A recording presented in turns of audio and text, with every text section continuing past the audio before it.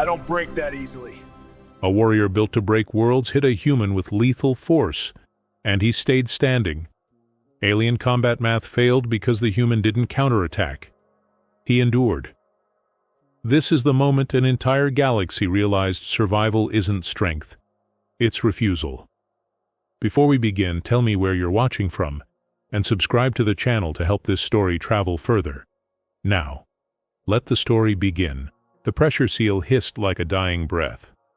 Evan Cole's hands trembled as he torqued the final bolt into place, metal biting into metal 200 meters below Braxis Delta's frozen surface.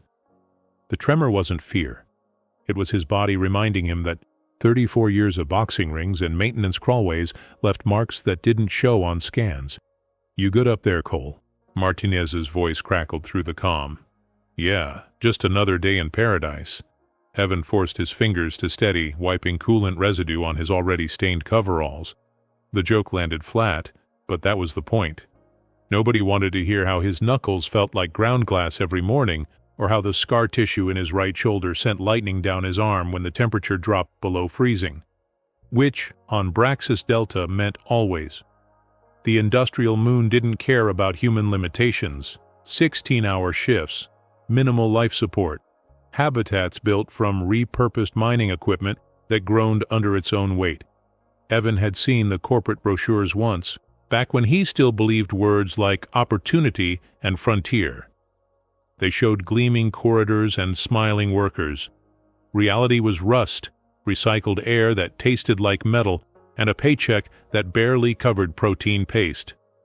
He climbed down from the maintenance shaft, each rung sending familiar aches through his frame. Not impressive by any standard. Broad shoulders, yeah, but rounded from years hunched over broken machinery.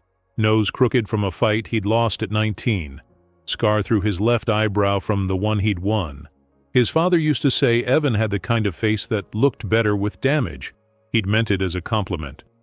The memory surfaced unbidden, his father's hands shaking as Evan helped him with a glass of water. Parkinson's didn't care that Robert Cole had been a dock worker for 40 years. The disease took without asking, and Evan had learned that some fights you can't win, only endure. "Cole, you hear the news?" Martinez appeared around the corner, tool belt jangling. Young guy, maybe 22, still thought this place had a future. "Which news? Corporation cutting rations again. Air recycler breaking down?" Evan kept his tone light. Humor was armor, even cheap humor. "Nah, serious stuff. There's talk of a strike. Real one this time. Sector 7 workers walked off shift yesterday." Evan's jaw tightened. He'd heard the rumors, felt the tension building like pressure in a sealed chamber. Braxis Delta had 30,000 workers spread across the Ironfall habitat complex. Humans, mostly, the kind corporations called expendable assets in private memos and valued team members in public statements. "They'll bring in contractors," Evan said quietly. "They always do." Before Martinez could respond, the lights flickered. Once, twice. Then the alarm system howled to life, red emergency strobes painting the corridor in violent color. "Attention all personnel. This is not a drill. Report to designated safe zones immediately." Martinez's face went pale. "That's the evacuation protocol." "What the hell?" Evan was already moving, old instincts from the ring kicking in. The distant boom reached them 3 seconds later. Not close, but not far enough. Somewhere in the habitat, something had gone very, very wrong. "Come on!" Evan grabbed Martinez's arm, pulling him toward the nearest evacuation route. His hands weren't shaking anymore. Funny how fear could cure a tremor. The second explosion was closer. The Krathen dropship descended like a predator that had already won. Sleek, angular, surface-absorbing light rather than reflecting it. No corporate logos, no identification marks. Just the kind of ship that arrived when words stopped working and force became policy. Evan watched through the observation port, keeping civilians moving toward the emergency shelters. The explosions had stopped 20 minutes ago, but the damage was done. 3 sectors compromised, 17 confirmed dead. The strike had turned into something uglier, and now the corporation had called in specialists. Everyone keep moving. Single file, kids first." His voice stayed steady even as his mind raced. He'd seen Craven before, though never up close. The galaxy's premier security contractors, humanoid enough to walk among other species, but built for violence in ways humans could never match. The ship's loading ramp descended with hydraulic precision. They emerged in formation, 7 figures in dark combat gear that seemed to flow with their movements. But it was the one in front that made Evan's breath catch. Nearly 2 meters tall, she moved with the fluid certainty of someone who had never questioned their place in the universe. Copper-amber skin caught the harsh industrial lighting, and when she turned her head, Evan saw features that were almost human. Almost. Too perfect. Too symmetrical. Eyes the color of molten gold, scanning the corridor with analytical precision. Her face held the kind of calm that scared him more than rage ever could. "Craven Enforcement Team reporting," she announced, voice carrying effortlessly. "I am Saraxa Vorkal, Tactical Lead. Corporate authority grants us full discretion in conflict resolution. All civilians will comply with containment protocols immediately." Resolution. Evan had read enough corporate euphemisms to know what that meant. His hands clenched. Somewhere in the crowd behind him, a child was crying. "Ma'am," he stepped forward, keeping his posture non-threatening. "We're evacuating non-combatants to the designated shelters. The situation is contained." Those golden eyes fixed on him, evaluated him, dismissed him. "Your assessment is irrelevant. Stand aside." "Look, I'm just trying to get people to safety. Give me 10 minutes to clear the corridor and you can—" He didn't see her move. One moment, she was 3 meters away. The next, her fist was buried in his solar plexus. The impact drove every molecule of air from his lungs. Evan's vision whited out as his body registered damage it wasn't built to handle. The floor rushed up to meet him, cold metal against his cheek. His ears rang. Distantly, he heard screaming. "Get up!" The thought cut through the pain like a blade. "Get up or they'll think it's over." His father's voice, memory filtered through agony. The old man had never thrown a real punch in his life, but he taught Evan something more important. Sometimes staying down was the real defeat. Evan's hand found the floor, then his knee. His ribs screamed protest, possibly cracked, definitely bruised. Blood filled his mouth, copper and salt. He could taste where he'd bitten his tongue. The world tilted at wrong angles. But he stood, swaying, breathing in shallow gasps that felt like knives. Evan looked up at Saraxa and managed something that might have been a smile, might have been a grimace, might have been defiance painted in red. "I don't break that easy." The silence that followed weighed more than the punch. Saraxa stood perfectly still, her expression unchanged, but something flickered behind those golden eyes. Confusion. Uncertainty. She had calibrated that strike precisely. It should have fractured ribs, collapsed a lung, left him unconscious for hours. Humans didn't stand after that kind of impact. Evan could see her processing the impossibility. Around them the corridor had gone quiet. Even the crying child had stopped. "Restrain him," Saraxa finally said, though her gaze never left Evan's face. "Non-lethal protocols." 2 Kreia then moved forward. Evan didn't resist as they secured his wrists with some kind of adaptive restraint that contracted to fit. Every breath hurt. His body would make him pay for this later, probably for weeks. But he'd stood. As they led him away, he caught Saraxa still watching him, her perfect face troubled by something she couldn't name. 38 minutes. That's how long it took the Cry then to end the strike. Evan watched from the holding area, wrists still bound, as tactical reports scrolled across the monitor. Efficient, clinical. Brutal in the way that only perfectly applied force could be. Sector 7. Contained. Casualties. 14 injured, 3 critical. Ringleaders. Detained. Status. Resolved. Resolved. The words sat in his stomach like lead. They released him 2 hours later without explanation. Just cut the restraints and pointed him toward the exit. His ribs still ached with every breath, A reminder that Saraxa's calibration hadn't been entirely wrong. Just not quite right either. The corridors of Ironfall habitat looked different now. Scorch marks on bulkheads. Dried blood someone had tried to clean. Workers moved past with eyes fixed on the floor. The kind of quiet that came after violence had reminded everyone of their place.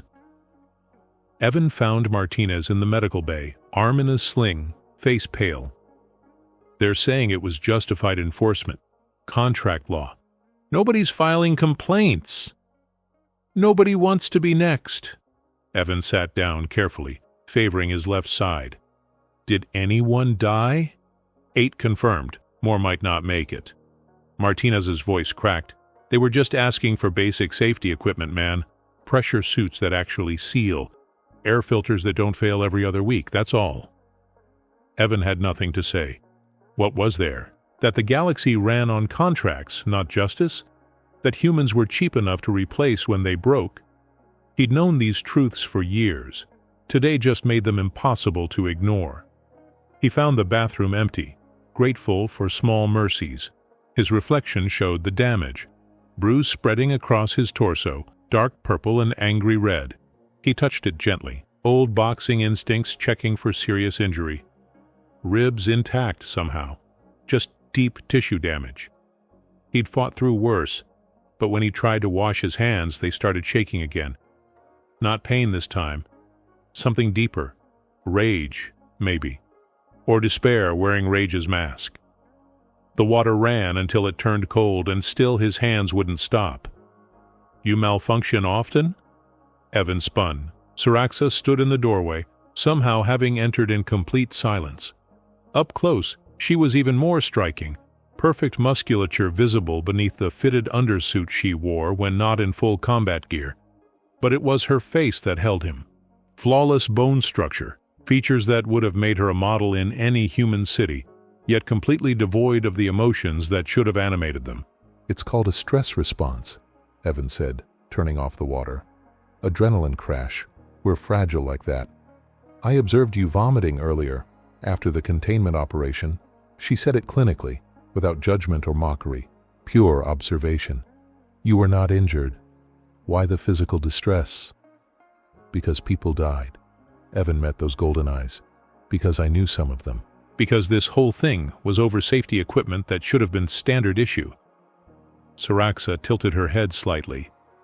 They violated their contracts, disrupted productivity. The response was proportional. The response was murder dressed up in legal language. Contract law is not murder. Tell that to the 8 bodies in the morgue. They stood in silence. Evan could see her processing his words, trying to fit them into some framework that made sense. Finally, she spoke again. You continue to function despite obvious physical and emotional distress. This is contradictory to human baseline assessments. Yeah, well, humans are full of contradictions. Evan pushed past her, heading for the door. Welcome to the species. Wait! Her voice stopped him. Corporate has assigned you as technical liaison to my unit. You will report for duty at 0600. Evan turned slowly. You're joking. Cray, then do not joke. She seemed genuinely confused by the concept. Your knowledge of Ironfall systems will be tactically useful. It is efficient. Of course, efficiency, the only god in the corporate gospel. And if I refuse, then you will be terminated for a contract violation. She said it without threat, just fact. Report at 0600. Bring pain suppressants if your species requires them. After she left, Evan stood alone in the bathroom, staring at his reflection. 8 people dead, more injured, and now he was working with the ones who'd pulled the trigger. His hands had stopped shaking, but that just made everything worse. The Crathen didn't sleep, not the way humans did. Evan discovered this at 0100 when he passed the observation deck on his way back from distributing emergency rations to displaced workers. Saraxa stood alone, silhouetted against the viewport showing Braxis Delta's gray-brown surface. She wasn't meditating or resting. She was training, flowing through combat sequences with mechanical precision, each movement perfectly balanced, beautiful and terrible in equal measure. Evan stood watching longer than he should have. The way she moved suggested violence as natural law, but there was something else, a desperate quality to the repetition, like someone running from something they carried inside. "You are not at your assigned quarters." Her voice came without her turning around. "Neither are you." Evan stepped into the room. "Couldn't sleep?" "Sleep is inefficient. 4 hours every 72 will suffice." She completed another sequence, muscles flowing like liquid metal. "You should be recovering. Your species requires extensive rest periods." "My species also gets nightmares." Evan leaned against the bulkhead. "Hard to sleep when you keep seeing faces of people you couldn't save." Saraxa finally stopped, turned. "You were not responsible for their deaths." "No, you were." He said it without heat, just fact meeting fact. "I executed lawful orders under contract authority." "Does that actually help you sleep?" "Sorry, does that help you not sleep?" For the first time, he saw genuine emotion cross her face, confusion, frustration. "Your emotional responses serve no tactical purpose. They reduce efficiency, compromise decision-making, create systemic vulnerabilities. Why do humans persist in maintaining them?" Evan laughed, though it hurt his ribs. "Because efficiency isn't the same as living. We're not tools, Saraxa. We're just trying to survive in a galaxy that treats us like we are. Tools do not require meaning to function." "Exactly. That's why we're not tools." He grabbed a ration pack from his bag. "Here, you probably don't eat real food either, right?" "I consume optimized nutrition every 12 hours. "Yeah, that sounds delicious." Evan opened the pack, revealing reconstituted protein and synthetic vegetables that barely qualified as edible. Ironfall's finest, tastes like recycled plastic, but at least it's consistently terrible. She accepted it with the kind of academic curiosity someone might show a particularly interesting bacteria sample. Took a careful bite. Her expression didn't change, but Evan could swear something flickered behind those golden eyes. "It is adequate." High praise. Try it with hot sauce sometime. Makes it almost bearable. He sat down, groaning as his ribs reminded him they existed. "So, want to explain why the tactical lead of an elite enforcement unit can't stop training long enough to rest? That is not your concern." "Fair enough." Evan took a bite of his own ration. "Want to explain why you didn't kill me when you clearly could have?" Silence stretched between them. Outside the viewport, Braxis Delta's surface rolled past, lifeless and gray. Finally, Saraxa spoke, her voice quieter than before. "Your response was unanticipated. Humans should not stand after that level of impact. The combat mathematics were precise." "Yeah, well, I've been hit harder." Evan touched his crooked nose. "Boxing. Did it for years to pay for my dad's medical bills. Lost more fights than I won, but I learned something useful." "What?" "That getting knocked down isn't the same as being beaten. That sometimes the only way forward is to stand back up, even when every part of you wants to quit." He met her eyes. "Pain is just information, Saraxa. It tells you you're still alive." She stared at him like he'd just spoken in an alien language, which Evan realized maybe he had. His comm chirped. Evan checked it, and his blood went cold. "Martinez, using an emergency code." 2 words. "Found something." He was on his feet immediately, pain forgotten. "I have to go. It is 0137. You should be resting." "Yeah, and you should be sleeping." Guess we're both terrible at following advice. Evan found Martinez in a maintenance substation, hunched over a terminal, face illuminated by scrolling data. "You need to see this. I was running diagnostics on the environmental systems, standard post-incident check, and I found this in the corporate traffic." The orders were buried deep, coded in the kind of language that appeared nowhere in public contracts. But the meaning was clear. Habitat Sanitation Protocol. In 7 days, Ironfall's environmental systems would experience cascading failures. Backup power would mysteriously malfunction. and 30,000 workers would suffocate while the executive sections remained pressurized. "They're going to kill everyone," Martinez whispered. "Make it look like the strike caused critical damage. Collect the insurance and start fresh with a new workforce." Evan's hands weren't shaking anymore. They were steady as stone. The attack came at 4:30, timed for maximum chaos. Explosives at 3 structural points, designed to cause evacuations and panic. Evan was still analyzing the corporate data when the alarm screamed. "All security teams respond. Armed hostiles in Sector 4. Authorization for lethal force granted." He ran toward the sounds of combat, medical training overriding common sense. People would be hurt. He could help. That's what he told himself anyway. The truth was messier. He needed to see what the Cry then did when they didn't hold back. The corridor was chaos. Smoke, sparks from severed power lines, and in the center, Saraxa moved like death choreographed. 3 attackers engaged her simultaneously. She didn't just react, she adapted. The first swung a plasma cutter. She shifted inside his guard, one hand redirecting the strike while her other hand drove into his throat. Precise.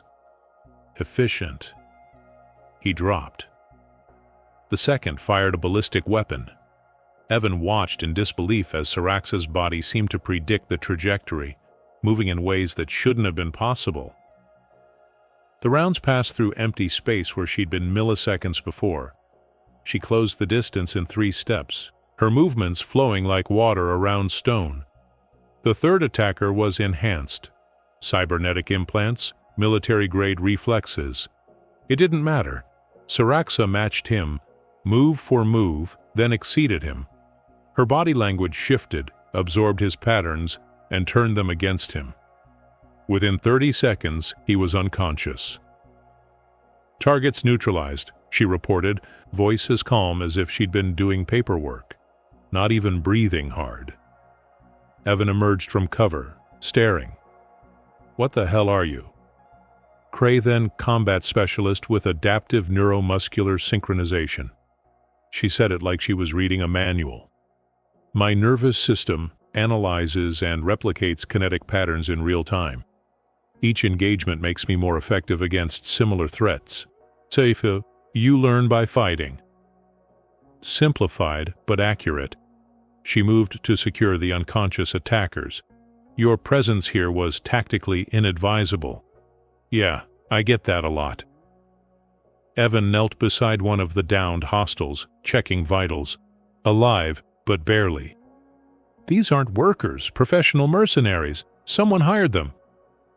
"Obvious conclusion." Saraxa's calm chimed. She listened, her perfect face showing nothing. Understood. Proceeding to interrogation. The interrogation was handled by her second-in-command, a Crythen named Vex Thar, who made Saraxa look warm by comparison.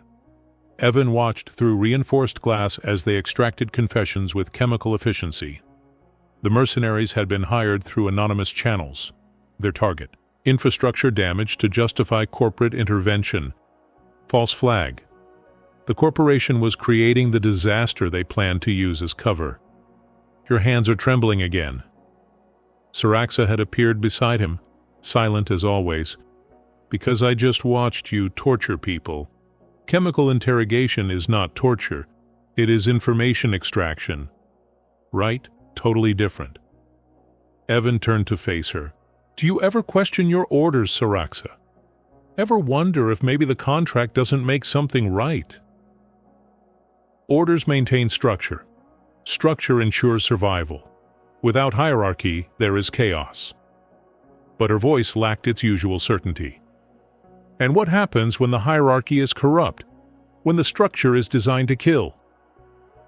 Before she could answer, her comm erupted with priority signals. Corporate command, demanding immediate updates. Evan watched her expression shift through micro-emotions too fast to catalog. Then she went perfectly still. "New orders received. All Crythen units will evacuate Ironfall in 48 hours. Habitat maintenance will be transferred to corporate security." That's the timeline. Evan felt ice in his chest. They're moving up the schedule. 7 days just became 2.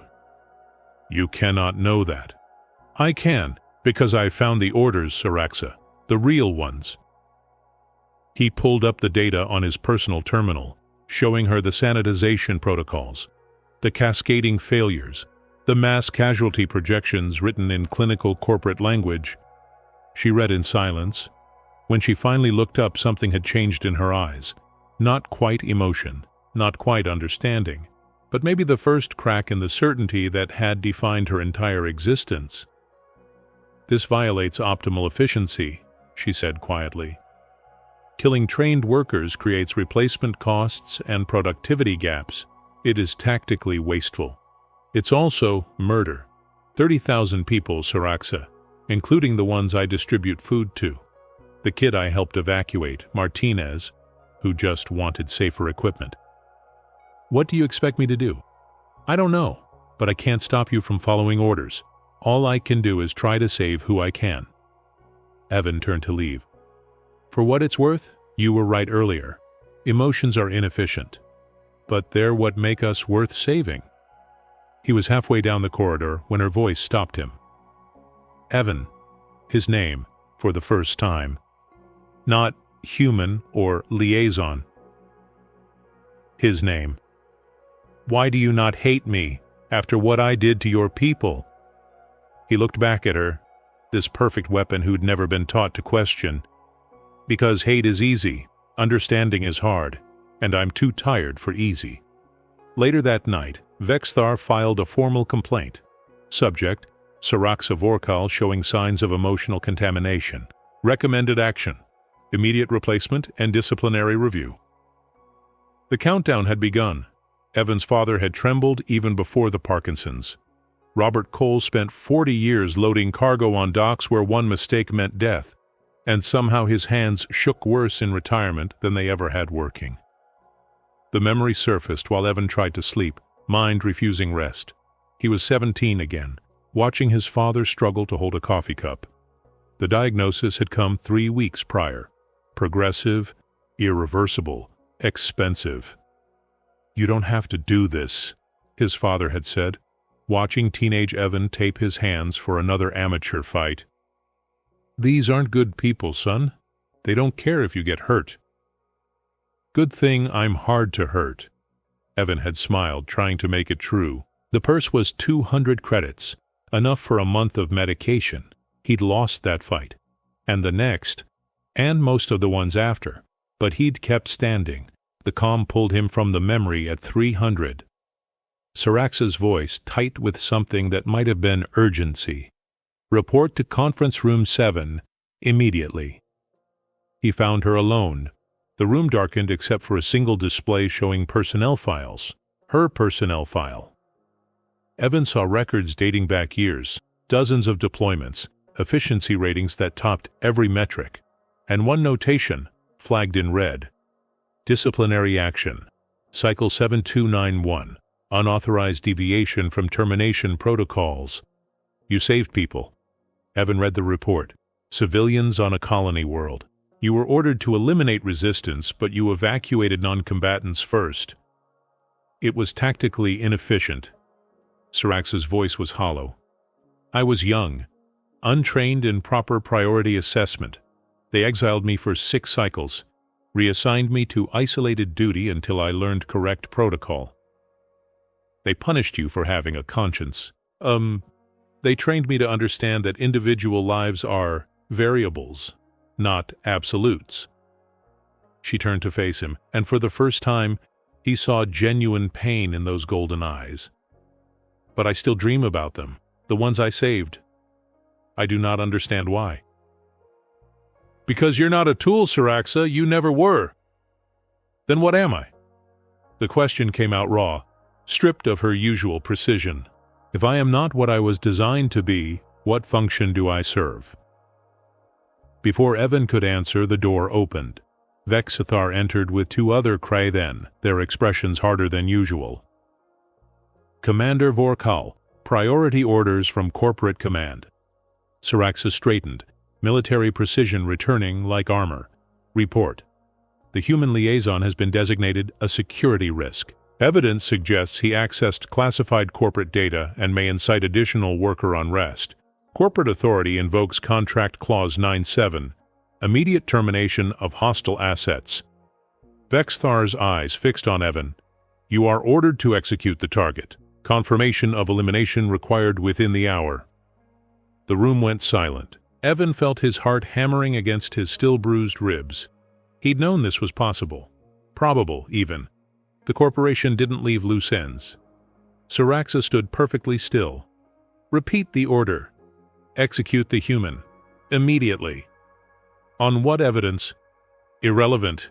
The contract grants corporate command absolute authority in security matters. You are a tool of that authority. Execute the order. Vexthar placed a sidearm on the table. Or be declared derelict and face exile. Permanent exile. The other cry then moved to flank the exits. Trapped. Evan looked at Saraxa and saw something breaking behind her eyes. The perfect soldier at war with the person she might have been. Saraxa, he said quietly. It's okay, I understand. You understand nothing. Her voice cracked, the first time he'd heard genuine emotion break through. You are the first being in 17 cycles who treated me as more than a weapon, who made me question, who made me feel. She picked up the weapon, hands completely steady. And now I must destroy that. Then do it fast. I don't break easy, but I'm not immune to plasma. She raised the weapon, pointed it at his chest. Evan didn't close his eyes. If these were his last seconds, he'd spend them looking at someone who'd almost learned to be free. You are not a tool, he said. Tools don't have nightmares. Tools don't dream of the people they saved. Tools don't stand here shaking because they're being ordered to kill someone who showed them kindness. I am not shaking. Your hands are, Saraxa, look at them. She did, and for the first time in her life, a Krythan warrior's perfect control failed. Her hands trembled like a human's, like Evan's, like his father's, like someone who just discovered they had a choice. Execute him now, or you are no longer Krythan, Vexthar commanded. Saraxa's finger found the trigger. Evan smiled. Thank you. For what? For proving I was right about you. She fired. The plasma bolt passed 1 centimeter from Evan's left ear.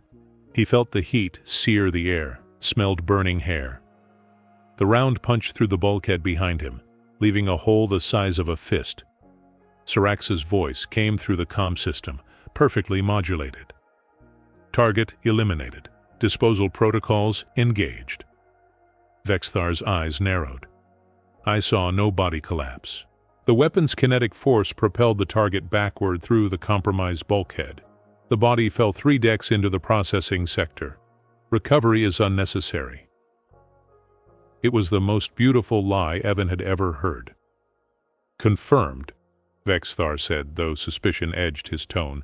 Return to barracks. I will file the termination report.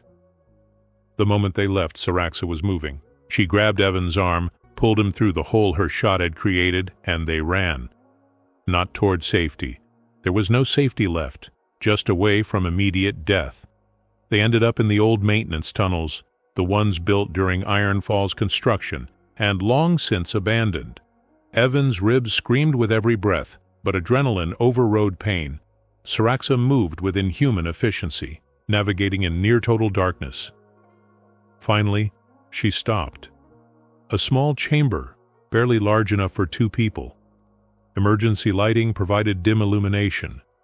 She released him, stepped back, and her legs gave out. Saraxa Vorkal, perfect warrior, collapsed against the wall like a puppet with cut strings. I am dishonored. Her voice came out broken. I defied direct orders, falsified a termination report. I am no longer Krythan. I am nothing. You're alive. So am I. That's not nothing. You do not understand. My entire existence was defined by service, by order, by the certainty that hierarchy provided purpose. She looked at her hands like they belonged to someone else. What am I without that? Free. She laughed. The sound was harsh, ugly, nothing like the controlled responses he'd heard before. Free to what? Be hunted? Executed? I have no culture but military structure, no family but my unit, no purpose but orders. Her breathing was ragged. I saved you, and lost everything. Not everything. Evan sat down beside her, ignoring his protesting ribs. You gained choice. Choice is chaos. Yeah, it usually is. He shifted, trying to find a position that didn't hurt. Failed. But chaos is better than being a tool in someone else's machine. Something wet touched Syrax's face. She raised her hand, found moisture there, and stared at it with absolute incomprehension. I am leaking. Is this malfunction? Am I damaged? You're crying. It's what happens when emotions get too big for words. I do not understand emotions.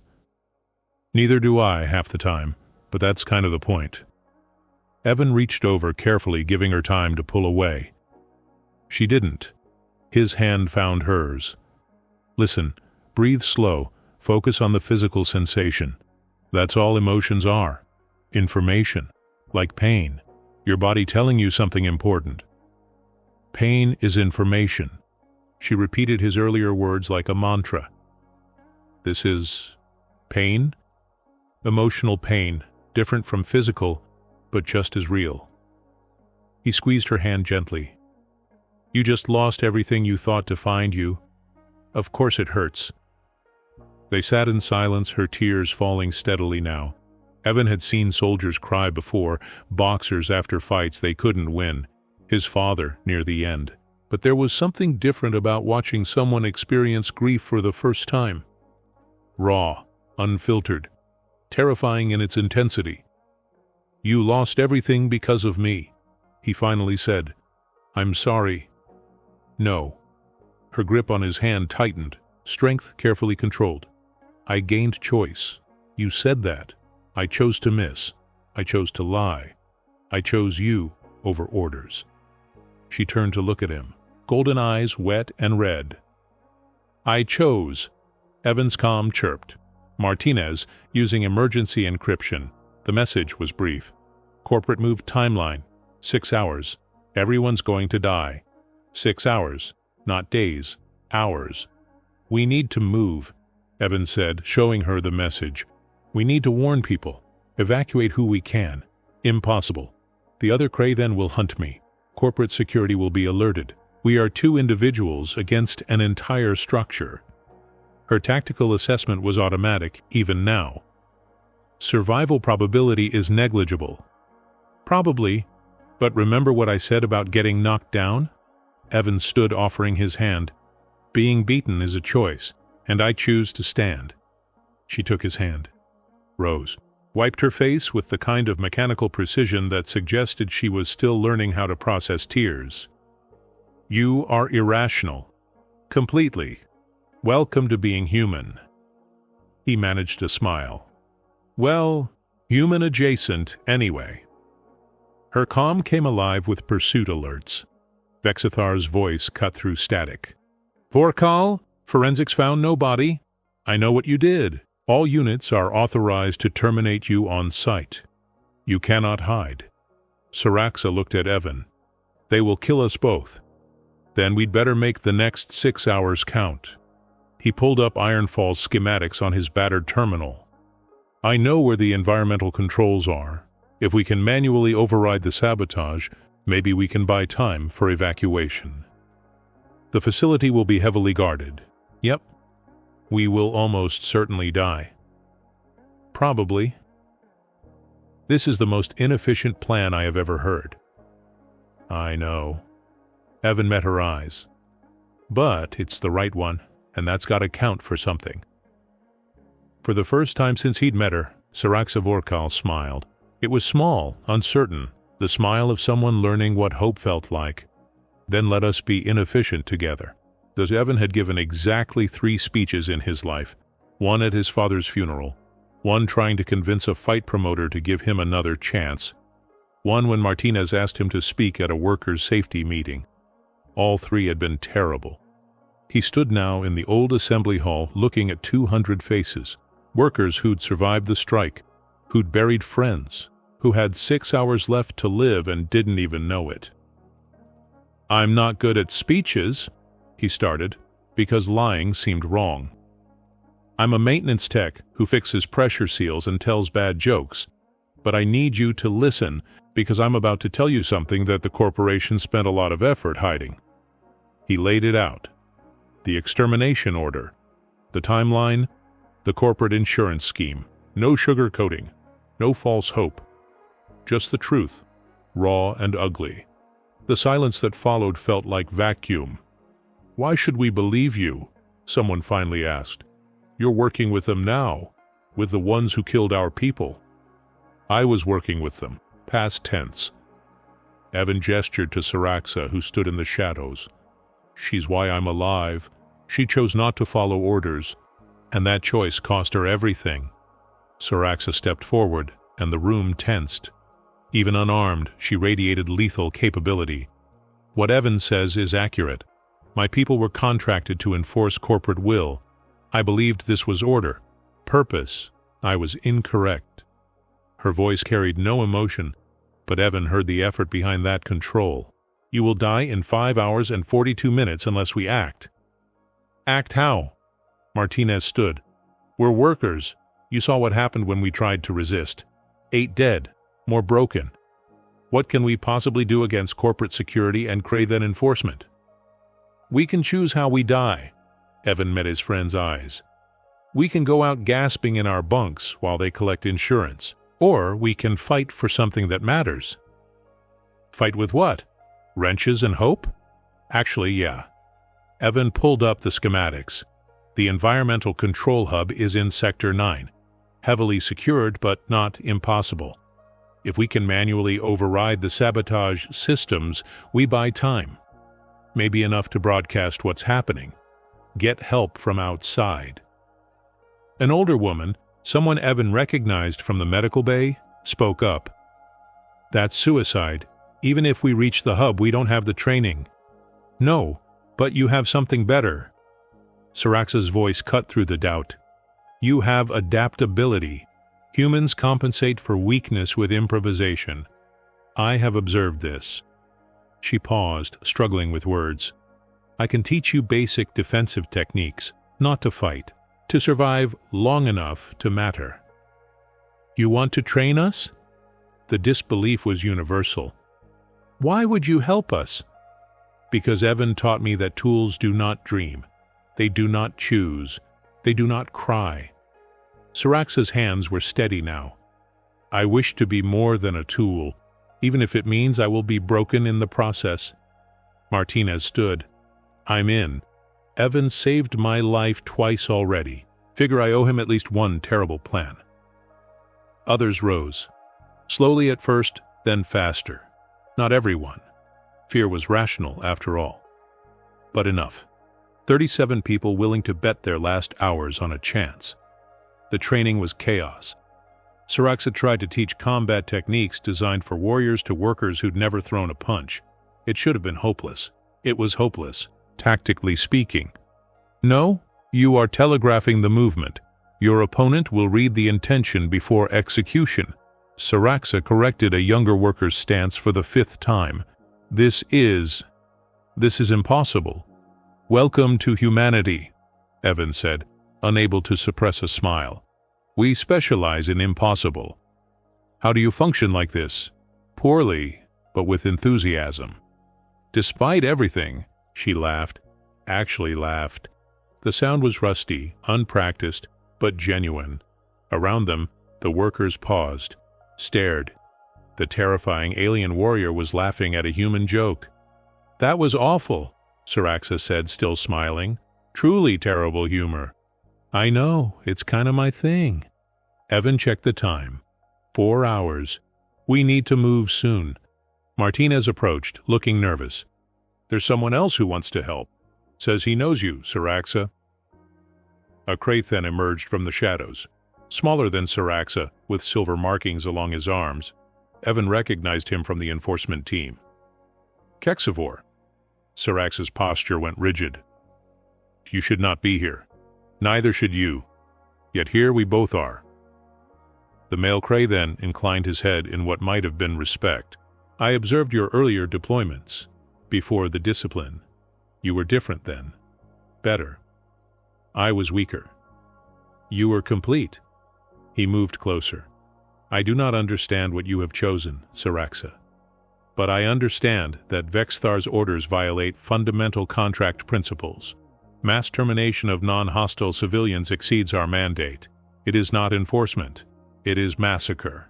So you defect." "I adapt." Kexvar's smile was sharp. "As you taught me." Saraxa looked at Evan. "This changes tactical calculations. 2 super soldiers instead of 1? Yeah, I'd say so." Evan addressed the assembled workers. "Here's the plan. We move in 3 groups. Kexvar and Saraxa lead the assault on the control hub. Martinez and I will handle the technical override. Everyone else creates diversions, spreads the word, and evacuates who they can. This plan has a 17% success probability." Saraxa calculated. "Those are terrible odds." "I know." Evan looked around at the faces watching him. Scared faces, determined faces, human faces that refused to accept quiet death. But terrible odds beat no odds at all. As they prepared to move out, Saraxa caught Evan's hand. Just for a moment. Her touch was careful, controlled. But there was warmth there, choice there. "Thank you," she said quietly. "For what?" "For teaching me that efficiency is not the same as living. Anytime. Just try not to die proving it, okay? I make no promises. Survival probability is quite low." "Yeah, well, I don't break easy. Maybe it's contagious." The comm systems erupted with alerts. Corporate security had detected the gathering. They were coming. All of them. The time for talking was over. Evan looked at his hands. Steady. No tremor. Just certainty. Whatever happened next, at least they'd chosen it. The first shots came 3 seconds after they breached Sector 9. Plasma fire turned the corridor into hell lit by lightning. Evan dove behind a support pillar, Martinez beside him, both clutching tools that weren't designed for combat. Ahead, Saraxa and Kexvar moved like synchronized death. Corporate security had numbers. The Kree then had something better. Every shot that missed taught them. Every attack they dodged made them faster. Adaptive synchrony in real time. "We need to reach the control hub," Evan shouted over the chaos. 40 meters. Might as well have been 40 kilometers. "I count 12 hostiles between us and the objective." Martinez's voice cracked with fear. "This is insane." "Yeah, it really is." Evan grabbed a broken conduit, plasma still crackling through exposed wiring. Not a weapon. More like desperate improvisation wearing weapons' clothes. "Ready?" "Absolutely not." "Perfect. On 3." They ran. No grace, no tactical precision. Just 2 maintenance workers sprinting through a firefight with nothing but tools and spite. Evan felt rounds pass close enough to feel the heat. Saw Martinez stumble, keep going. His ribs screamed, his lungs burned. Saraxa appeared from nowhere, intercepting 2 security guards who'd moved to cut them off. Her movements were beautiful and terrible. 1 guard went down. 2. She was a weapon, remembering it had been a person. "Go!" she screamed. "I will hold them!" Evan and Martinez reached the control hub door. Sealed. Biometric lock. Corporate authorization required. Of course. "I can't bypass this." Martinez pulled out his tools, hands shaking. "It needs retinal scan, genetic marker, and command codes." Behind them, the firefight intensified. Evan risked a glance. Kexvar was down, wounded but alive. Saraxa fought 3 opponents simultaneously. Her body pushed past safe limits. Blood marked her perfect skin. Her movements were slowing. She was losing. "Evan!" Her voice cut through the chaos. "The door!" "We can't open it." "Then I will." She broke away from combat, sprinting toward them. The security forces saw the opening, took it. 3 plasma bolts tracked her movement. Evan watched it happen in the kind of slow motion that trauma creates.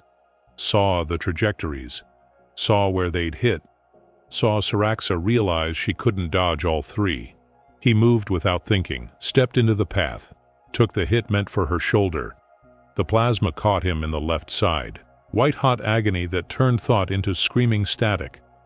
He went down hard, tasting blood and burned flesh. "No!" Saraxa reached him, dropped beside him. Her hands found the wound, applied pressure with precise force. "You fool. Why would you do that?" "Told you!" Evan gasped, every word a knife. "Don't break easy." But he was breaking. He could feel it. This wasn't a punch he could stand up from. This was the kind of damage that ended things. Saraxa looked at the door. At him. At the security forces regrouping for final assault. Her face showed calculations he couldn't track. Then she did something he'd never seen. She pressed her hand against the biometric scanner. Blood. Her blood mixed with his where she'd been wounded. The scanner flickered, confused, reading genetic markers it couldn't quite classify. Crathen and human, mixed. The door opened. "Martinez!" Saraxa hauled Evan up with terrifying strength. "Get inside! Override the systems!" They stumbled through. Martinez immediately went to work, his technical expertise finally meeting a problem it could solve. Codes, protocols, manual overrides. His fingers flew across the interface. "I'm in." But Evan's right.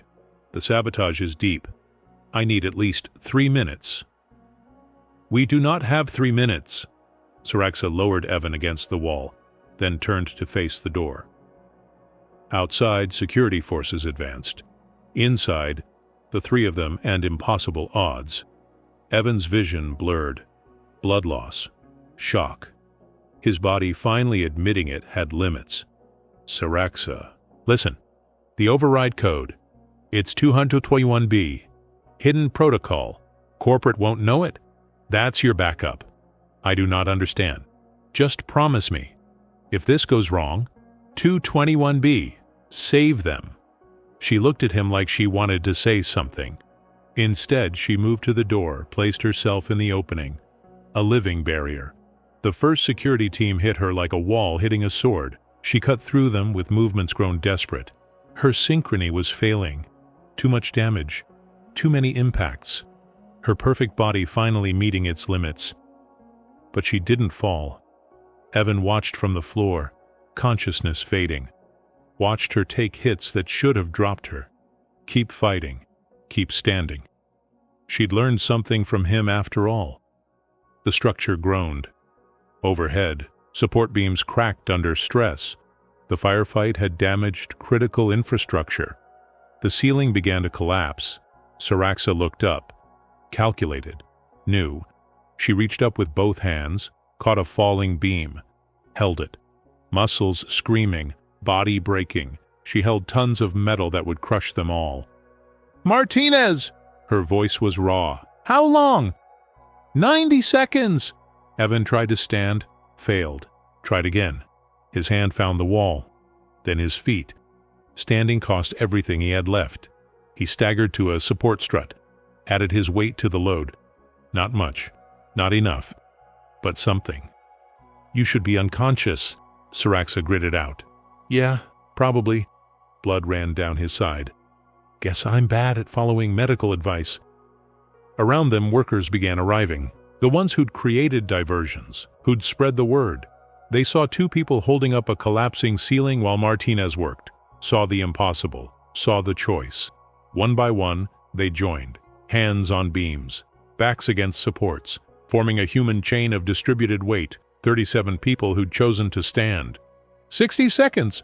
Evan's vision went gray. His legs shook. This was it. This was the limit. This was where the body said no more.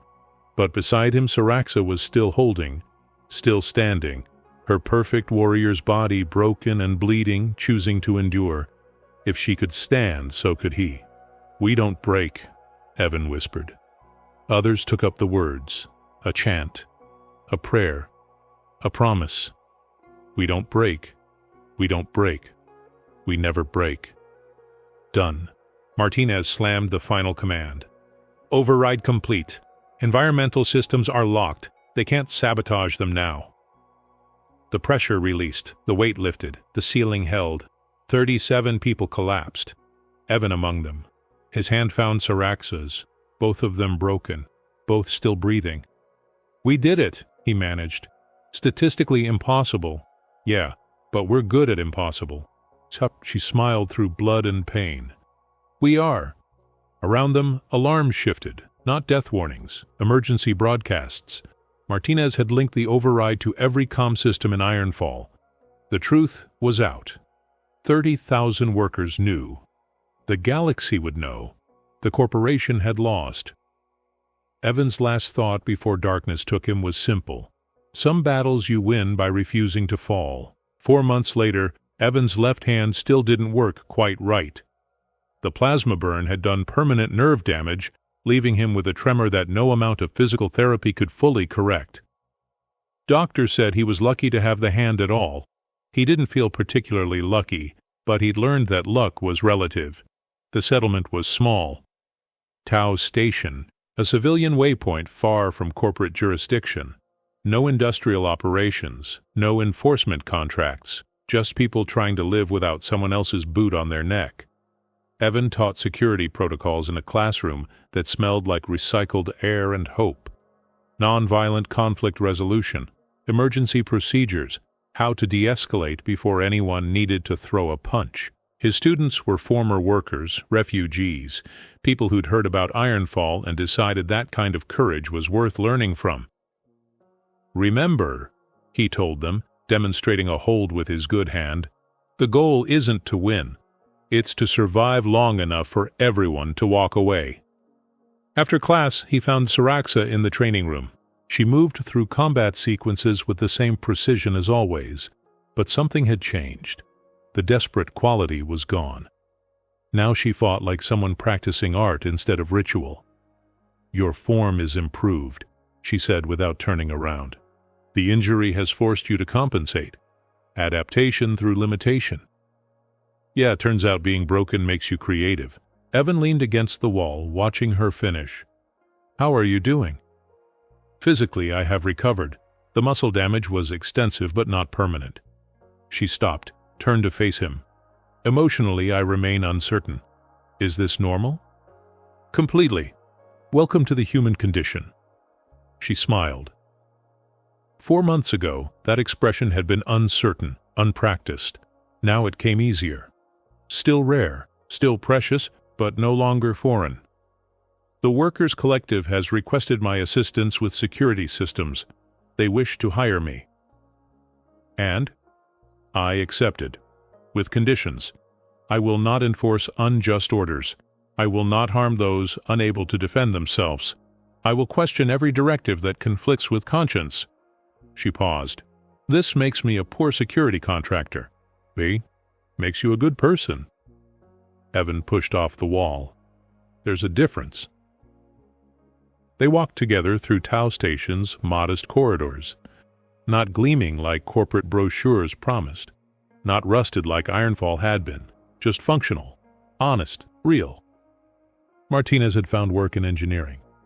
Kexivore was training new security personnel. The 37 who'd held the ceiling together had become something like family. Trauma bonded people in ways prosperity never could. I received communication from the Krythen Conclave, Saraxa said quietly. They have formally declared me traitor. My name is removed from all records. As far as my people are concerned, I do not exist. I'm sorry. Do not be. I mourn what I lost, but I do not regret the losing. She looked at him with those golden eyes that had learned to hold warmth. You taught me that some things are worth the cost. They reached the observation deck. Through the viewport, stars scattered like thrown diamonds. Somewhere out there, the corporate lawyers were still fighting the Ironfall case. The broadcasts had worked. The galaxy knew. But knowledge and justice moved at different speeds. Do you think we changed anything? Evan asked. Really changed it? Or did we just delay the inevitable? I think 30,000 people are alive who would be dead. I think workers across 17 systems have begun questioning their contracts. I think a Krythan warrior learned that orders are not the same as truth. Syrax's hand found his. That seems significant. Yeah, it does. They stood in comfortable silence, watching the stars. Evan's hand trembled in hers. She didn't comment on it, just held steady, her strength compensating for his weakness the way his stubbornness had once compensated for her doubt. I have been researching human customs, Syraxa said eventually. Apparently, there is a tradition of expressing affection through coordinated movement. Dancing, I believe it is called. You want to dance? I wish to learn, if you would teach me. Evan laughed, which hurt his still-healing ribs, but felt good anyway. I'm probably the worst person to ask.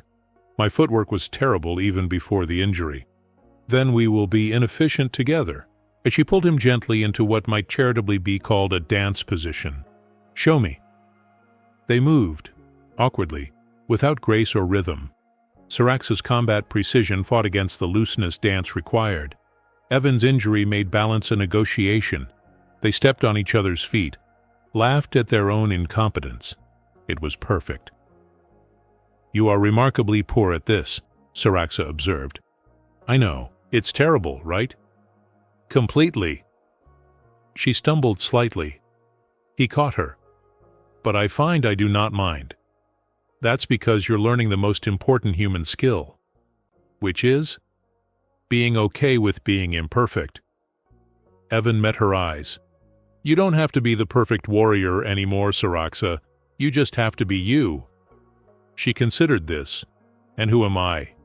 Still figuring that out, but that's kind of the point. He smiled. We've got time.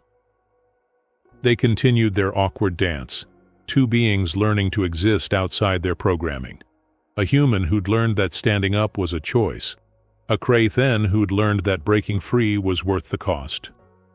Outside the viewport, stars wheeled through the void. Somewhere, injustice persisted. Somewhere, corporations still treated people like assets. Somewhere, the strong still crushed the weak. But here, in this moment, two people danced badly and didn't care. And that small act of defiant imperfection felt like victory. Evan, Syraxa said quietly. Yeah? Thank you. For what? For not breaking easily, he smiled. Anytime, you too. They danced until the station's artificial night cycle began.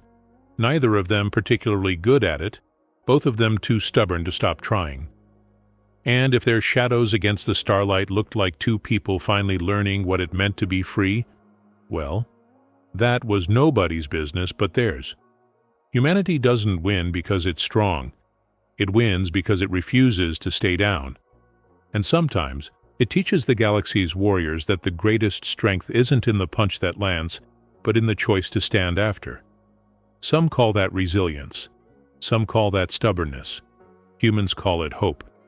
The galaxy just calls it terrifying. And maybe, just maybe, that's exactly what the universe needs. In the end, humanity didn't win because it was stronger, smarter, or more advanced. It won because someone looked at impossible odds and said, I'll stand anyway. Choice, not power, is what turns fragile bodies into unbreakable forces. And maybe that's the most unsettling thing about humans in a vast, indifferent universe. They don't need to be perfect. They just need to refuse to stay down. So here's something worth thinking about. When following orders becomes easier than questioning them, what do we lose first, safety or soul?